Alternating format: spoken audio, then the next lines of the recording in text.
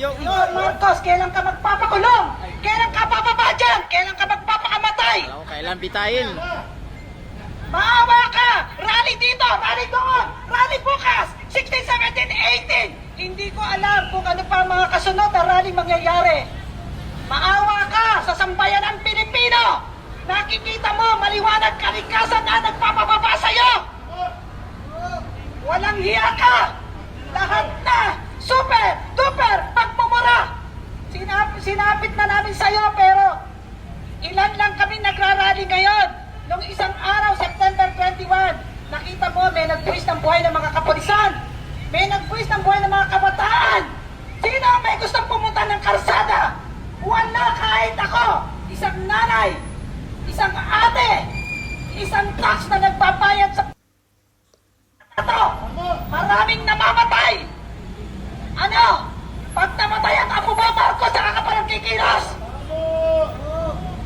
Maawa kayo! Maawa ka sa mga kapulisan na nagbabantay sa mga rally na nagpupuwis ng buhay! Hindi namin gusto magpunta sa karsada.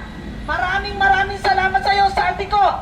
Ipagtatasal ka ng sambayan ng Pilipino. Alam ko sa mga oras na to na nagsalita ka, hinahanap ka na ng Interpol. Samantalang ang mga nagkurap, tunay na nagkukurap sa gobyernong ito, hindi pinapahanap. Nandito lamang sa Pilipinas.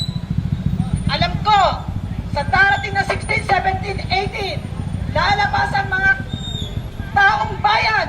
Magmula ngayon, mag-noise barrage na tayo para sa ating karapatan.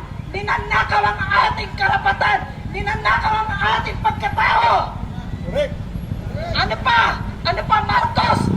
May nagpakamatay na sa DPWH. Ikaw sa Malacanang, wala pa